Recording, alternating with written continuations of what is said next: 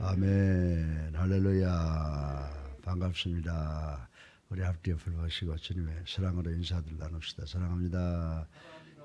우리 특별히 우리 청년들 서재웅 전도사의 압력에 의해서 나오는 게 아니라 신앙, 그래서 큰 신앙이 우리에게 아주 주춧돌이 되기를 주님의 이름으로 축원합니다.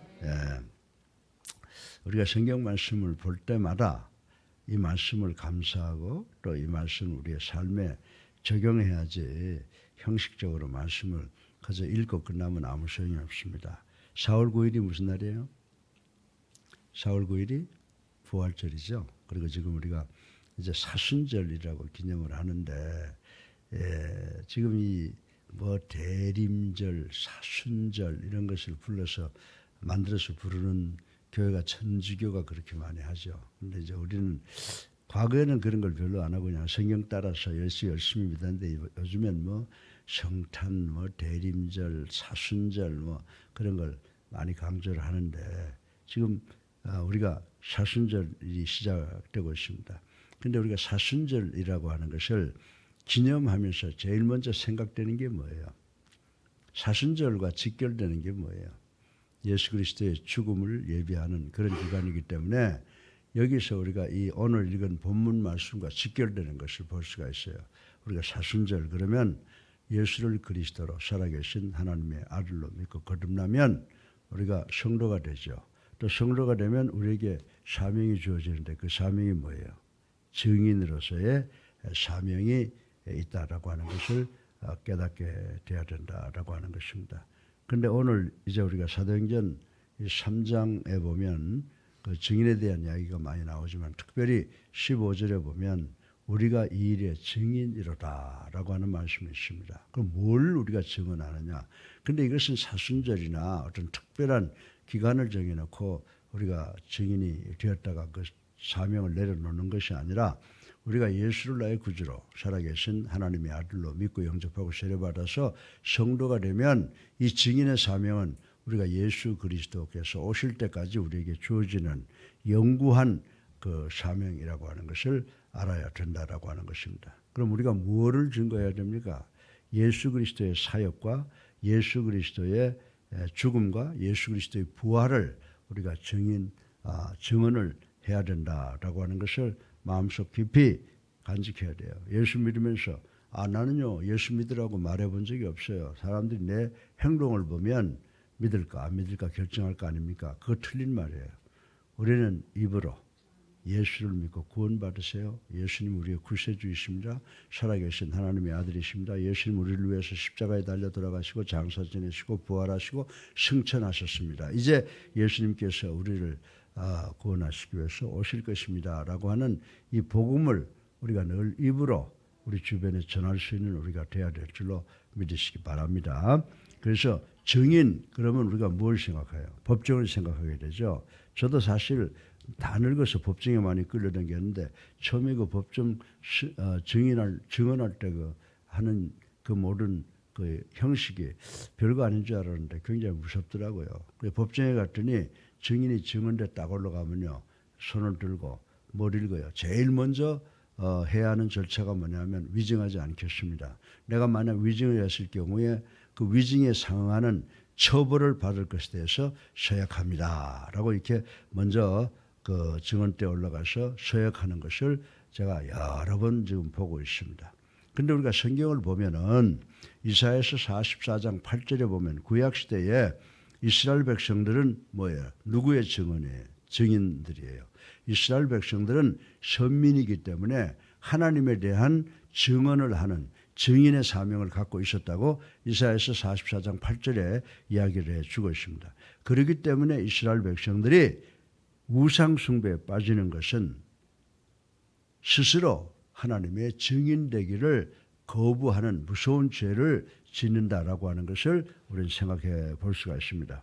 그래서 이스라엘 백성들은 그에 따른 형벌을 받아 여러분들 이스라엘 백성들이 여러 나라에 붙잡혀가서 정말 그 이스라엘이 쑥밭이 되는 그런 경우가 많이 있는 것을 우리는 성경을 통해서 공부해서 잘 알고 있습니다. 그래서 우리가 예수 믿고 구원받아서 예수님의 증인이 되면 예수를 증언하지 못하면 우리도 이방 신을 섬기는 배교자와 같은 그런 입장이다라고 하는 것을 우리는 알아야 됩니다. 그런데 우리가 이 증인, witness라고 하는 이 원어상 의미를 보면요, 이 증인은 뭐예요? 순교자를 의미한다라고 하는 것을 우리는 잘 알고 있습니다. 그래서 이 증언이라고 하는 것은 참으로 중요한 것이고 무서운 단어라고 하는 것을 우리 믿는 자들은 확실하게 이해를 해야 되는 줄로 믿으시기를 주님의 이름으로 축원합니다. 오늘 이 새벽 설교를 우리만 듣는 것이 아니라 우리 지방에서 여기 나오지 못하는 분들도 듣고 있고 또 그리고 해외에 있는 분들도 많이 있어요. 제가 이 설교를 할 때마다 기도할 때마다 기도에 포함시키는 사람들이 브라질 우리 지교회, LA 지교회, 달라스, 시카고, 시애틀, 노스캐롤라이나, 아틀란타, 뉴욕, 거기까지 태국, 인도네시아까지도 다 포함돼서 그들을 위해서 기도하잖아요. 그리고 그들이 이 설교 듣고 은혜 받고 그리스도인으로서의 삶, 증인으로서의 삶을 잘 살았으면 좋겠다라고 하는 그런 간절한 믿음을 가지고 마음을 가지고 그들을 위해서 기도합니다. 그러면 이 증인이라고 하는 것이 우리 모두가 증인이라고 하는 그 사실을 인식을 해야 된다. 그 증인은 자신의 증언이 참됨을 알리기 위해서는 어떻게 해야 돼요? 죽음까지도 불사해야 된다라고 하는 것을 우린 역사를 통해서 배웠고 또 하나님의 말씀을 통해서 배웠습니다. 증인은 정말 내가 이 참된 진리를 알기를 위해서 죽으면 죽으리라라고 하는 이런 자세를 가져야만 재판장에 가서도 참된 증언을 할 수 있다는 것을 우린 잘 알고 있는 것입니다. 여러분들 이스라엘 전승에 따르면 이사야 선지자는 하나님의 증인으로서 임무를 완수하기 위해서 톱으로 켜서 죽이는 형벌도 말하지 않고 응했다고 전해지는 기사가 있는 것을 우리는 알 수가 있습니다. 그리고 신약에 와서 12사도가 어떻게 됐어요? 그거는 이제 전승, 말씀이 그렇게 전해져 내려오는 이야기라고 합니다만은 예수를 따르던 12사도 중에 한 사람은 자살하고 또 자살한 유다의 자리에까지 들어온 모두 12사도가 전승에 따르면 모두가 순교를 당했다라고 이렇게 알려져 있는 사실을 우리는 알고 있다라고 하는 것입니다. 뿐만 아니라 우리 믿음의 선진들도 일제치하에서 죽음의 위협에 굴하지 않고 증인으로서의 직분을 다 감당했다라고 하는 것을 우리는 알고 있습니다. 우리 주기철 목사님이나 유관순 여사가 법정에서 우리는 죄인이 아닙니다. 왜? 일본이 죄인이죠. 총칼을 들고 우리나라에 와서 우리나라를 점령하고 우리를 이렇게 압박을 가하는 일본이 죄인이지 우리는 죄인이 아닙니다. 그리고 대한독립 만세를 불렀다고 하는 죄로 사형을 당했잖아요. 그 역사 속에 나타나는 증인인데 그 사람이 기독교인이라고 하는 것은 세상이 다 안다라고 하는 것입니다. 사랑하는 성도 여러분, 그러면 이제 우리의 죽음에도 굴하지 않고 우리가 전해야 할 증언이 무엇인가를 매일 살펴보아야 되겠지만은 이 새벽에 다시 한번 생각을 해보자라고 하는 것입니다. 여러분들 구약 시대의 선지자들은 뭐를 증언했을 것 같아요? 구약 시대의 선지자들은 자기네들이 하나님의 선택받은 선민이다라고 하는 사실과 하나님께서 베푸신 그 놀라우신 은총에 대해서 증인이 되었으면서 또 그리고 더 나아가서는 하나님께서 명하신 것을 나타내는 것을 증언하기 위해서 큰 사명을 받았다라고 하는 것을 우리는 알 수가 있습니다. 그렇지만 신약시대에는 증언의 내용이 어디에 맞춰져 있을 것 같아요? 12사도들, 초대교회 성도들이 아까 제가 말씀을 드렸지만 세 가지예요. 예수 그리스도께서 이 땅에 오셔서 여러분과 그들을 위해서 하신 사역, 그 다음에 예수 그리스도의 죽음, 예수 그리스도의 부활인데 21세기를 살아가는 우리들도 예수 그리스도께서 우리를 위해서 하신 그 사역과 죽음과 부활에 대해서 우리가 증언을 해야 되는 줄로 믿으시기를 주님의 이름으로 축원합니다. 그래서 오늘 이 아침에 간단하게 생각해 보려고 하는 것은 세 가지입니다. 첫째로 뭐예요? 예수 그리스도의 사역, 예수 그리스도의 죽음, 예수 그리스도의 부활인데 첫째로 예수 믿고 구원받은 사람들 성도라고 하고 이 성도를 다른 말로 바꿔서 말하면 증인이라고 하는데 우리가 뭐에 대해서 증언을 해야 되느냐? 예수 그리스도의 사역에 대해서 증언을 해야 되는 줄로 믿으시기를 주님의 이름으로 축원합니다. 그래서 이 사도행전 1장 1절을 보면 본서의 저자가 누구예요? 여러분들이 잘 아시는 누가라고 하는 사람이죠. 참 훌륭한 사람이에요. 예. 이 사도행전 읽어보면요, 그 사람이 바울에 대해서 얼마나 충성을 했는지 몰라. 예. 그 하나님께서 누가 살리셨잖아. 바울은 참수를 당했지만은. 그래서 누가가 쓴 사도행전을 보게 되면 누가는 본서 서두에 먼저 쓴 걸, 즉 누가복음 1장 1절에는 예수가 행하시며 가르치신 일을 기록했다라고 진술해 있는 말씀을 우리는 알 수가 있습니다. 그 외에 다른 복음서에서도 예수님께서 행하신 사역에 대해 기록된 것은 그것을 읽는 사람들이 예수를 구주로 살아계신 하나님의 아들로 믿고 영생을 얻기 위함이라고 하는 사실을 우리는 잘 알아야 됩니다. 그리고 믿고 나면 어떻게 해야 돼요? 전해야 된다라고 하는 사명을 받게 되고, 우리가 성도가 되고 정말 목회자가 되고 성도가 되면요, 목회와 성도자의 관계는 생명을 함께 나누는 관계가 되는 거예요. 그래서 정말 목사는 성도를 사랑하고 성도는 목사를 존경하고 믿어 거기에서 신뢰관계가 깨어지면 안 된다라고 하는 사실을 우리는 이 시간을 통해서 분명히 다시 한번 기억하시기를 주님의 이름으로 축원합니다. 예수님께서 행하신 일에 대한 증언이 없이는요, 예수님의 그 갈보리 언덕 십자가의 죽음과 부활이 별 의미를 지니지 못합니다. 벌써 2000년이 지나가는데 한 100년 지나고 나면 그 전승 다 사라져버리고 말죠. 예수님의 그 갈보리 언덕의 죽음과 무덤에서의 부활은 예수님께서 이 지상생애 동안 어떤 일을 행하셨고 또 무엇을 가르쳤나와 밀접한 연관이 있다고 하는 사실을 우리는 잘 알고 있을 것입니다. 그래서 사도행전 2장에 보게 되면요, 사도들은 오순절날 뭘 받았어요? 성령을 받았죠. 그러니까 사도들도 예수님 따라다니면서 예수님을 다 봤지만은 이 성령 강림절날 성령을 받기 전까지는 어떻게 됐어요? 아주 비겁했어요. 예수님이 어렵고 예수님이 가장 자신들을 필요로 할 때 예수님 모른다고 부인했던 사람이랍니다. 바울이 그런 말을 해요. 내가 내 주 예수 그리스도를 부인했던 사람이라고, 십자가에 못 박았던 사람이라고 그러면서 회개하잖아요. 그런데 어떻습니까? 오순절날 성령 받게 되자 그들이 모이고 정말 목숨 걸고 예수 그리스도의 사역을 주변 사람들에게 가르치기 시작을 했다고 하는 사실을 우리는 알아야 된다라고 하는 것입니다. 그리고 베드로는 각국에서 온 유대인들 앞에서 예수 그리스도의 십자가의 죽음과 부활에 대해 진술하기 전에 예수를 통해 나타났던 큰 권능과 기사와 목적에 대해서 말씀하고 있는 것을 볼 수가 있습니다. 왜 그랬을까요? 네. 정말 베드로는 예수님께서 행하시고 말씀하신 것 그 자체가 곧 하나님의 계시였기 때문에 그것을 가장 먼저 주변 사람들에게 전했다라고 하는 것을 우리는 알아야 된다라고 하는 것입니다. 그래서 제자들은 다른 사람들을 가르칠 때 뭘 먼저 가르쳤었어요? 제자들이 예수 그리스도에 관해서 전할 때는 반드시 예수 그리스도의 사역, 예수 그리스도께서 행하심을 먼저 증거했다고 하는 것을 우리는 알아야 된다라고 하는 것입니다. 사람들은 어떤 사람이 죽었을 때 장례식에 가면 그 사람에 대한 추모를 하잖아요. 그할 때 뭐래요? 그 고인이 행했던 업적에 대해 이야기한 후에 그 사람에 대해서 평가를 내리는 절차를 우리는 보고 있습니다. 저는 이 말씀을 읽으면서 자, 과연 이강평 목사가 세상을 떠나고 나면 내 후배들이 나를 어떻게 평가할까? 그걸 생각하면 겁이 나요. 예. 참 얼마나 많은 사람, 얼마나 많은 제자들이 그 사람 무서웠지만 참 좋은 사람이었어. 우리에게 이런 것을 증언하고 가르쳤어. 라고 존경받는 사람이 될까라고 하는 것을 생각해 보면요, 참 겁이 나요. 그래서 난 모르는 것, 나한테 어려움이 닥치면요, 나 한 번도 다른 사람 핑계 대본 적 없어요. 내가 죄를 지었나 보다. 회개하고 그래요.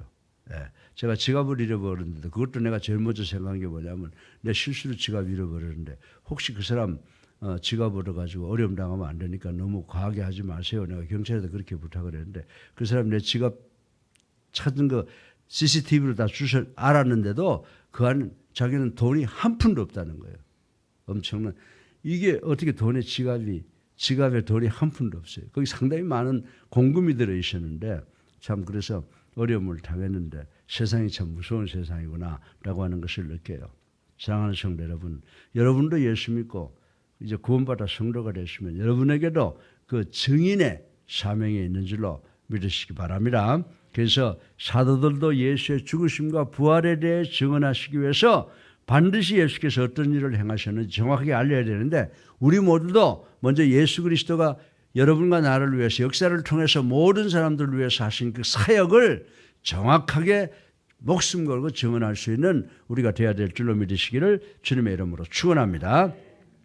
둘째로 예수 믿고 성도된 우리들은 뭐를 증언해야 되냐? 첫째로 우리가 예수님의 사역에 대해서 증언해야 되는데, 성경을 보니까 그 다음에는 예수 그리스도의 십자가 위의 죽음에 대해서 증언을 하는 것을 우리는 볼 수가 있습니다.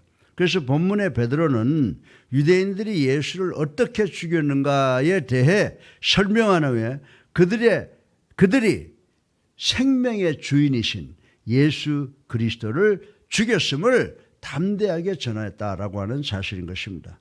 그래서 요한복음 1장 4절을 보세요.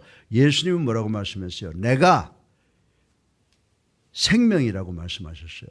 내가 생명이다 말씀하셨고, 또 성도들에게 내가 너희에게 참 생명을 부여해 주신다라고 하는 것을 가르친 것을 우리는 알 수가 있습니다.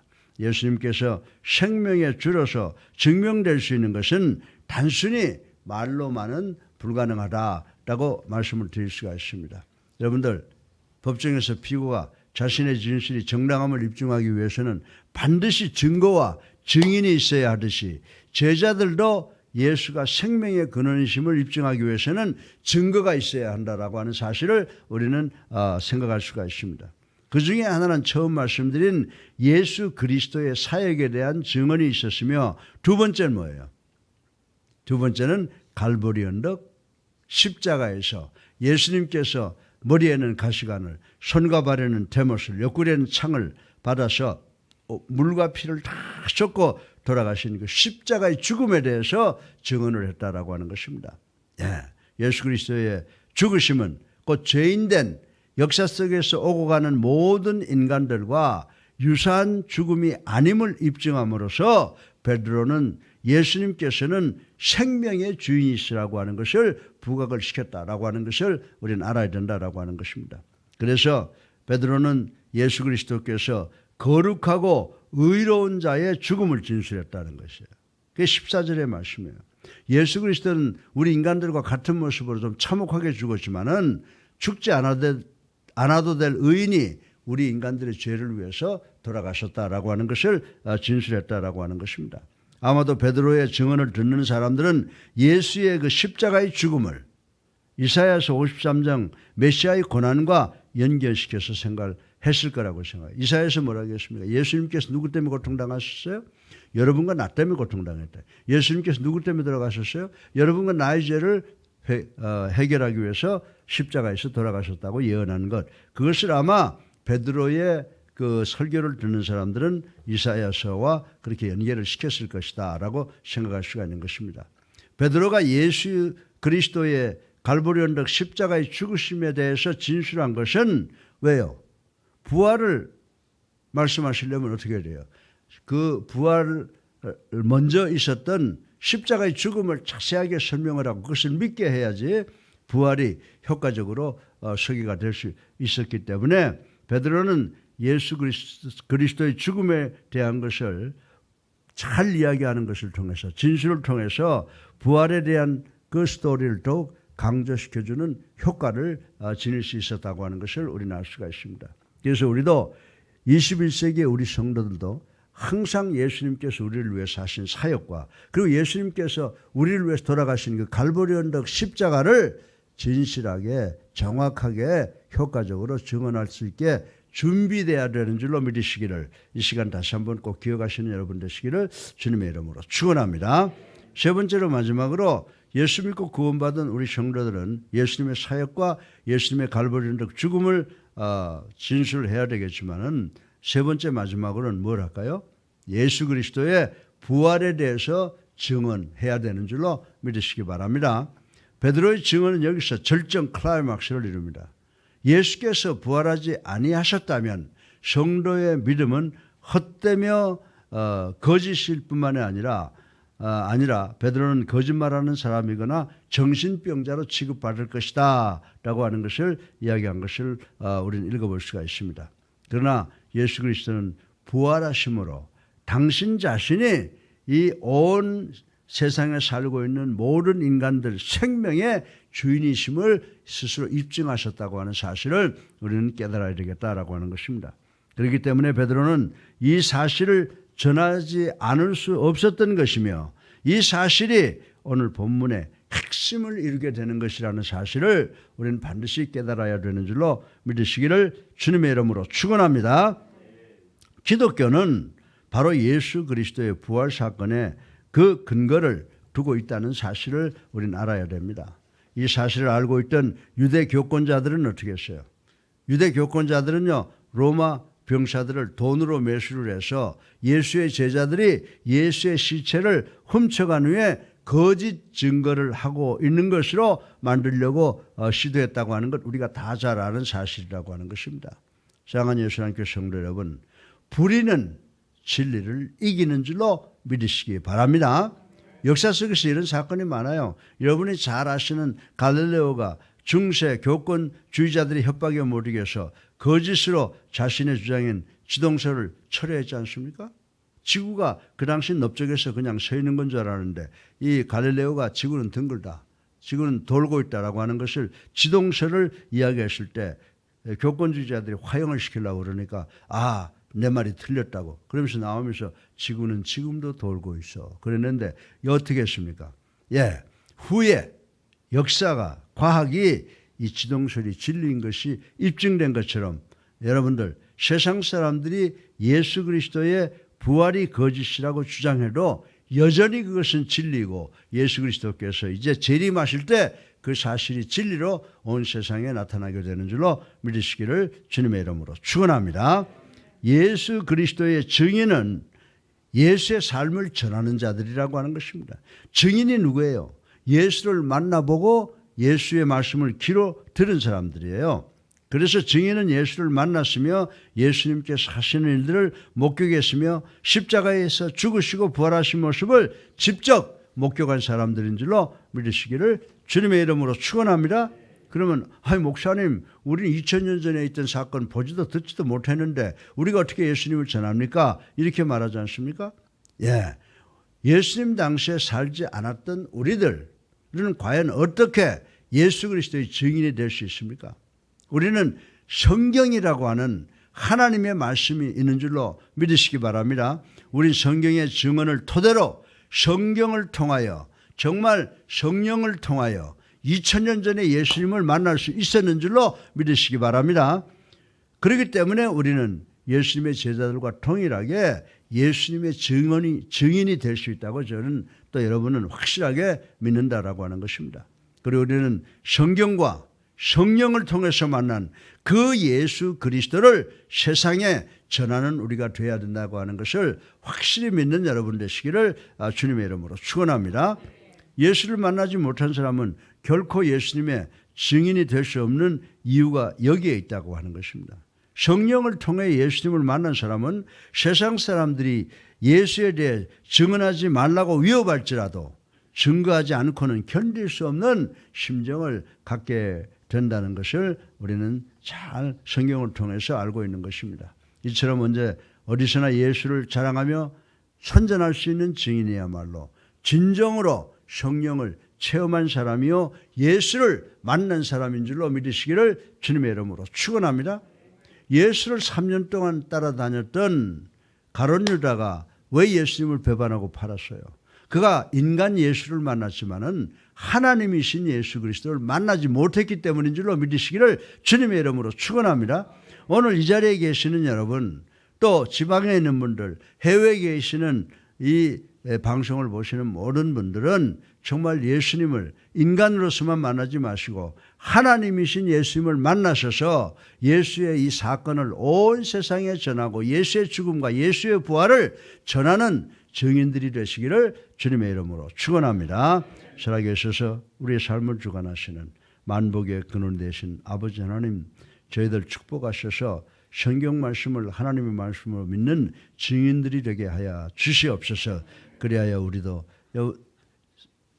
열두 사도처럼 예수 그리스도의 사역에 대해서, 죽음에 대해서, 부활에 대해서 증언할 수 있는 저희가 될 수 있도록 축복하여 주시옵소서. 예수 그리스도 이름으로 감사하며 기도드렸사옵나이다. 아멘. 할렐루야. 우리 앞뒤에 불 보시고 주님의 사랑으로 인사들을 나눕시다. 사랑합니다. 반갑습니다. 예, 오늘 부활절은 아니지만은 우리 예수 그리스도의 부활에 대해서 우리 찬송 한 장 부르십시다. 우리 예수 그리스도에 대해서 찬송 84장 찬송 한 장 부르시죠. 84장 우리 잘 부르진 않았지만 부를 수 있을 거예요. 84장 큰 소리로 부르십시다.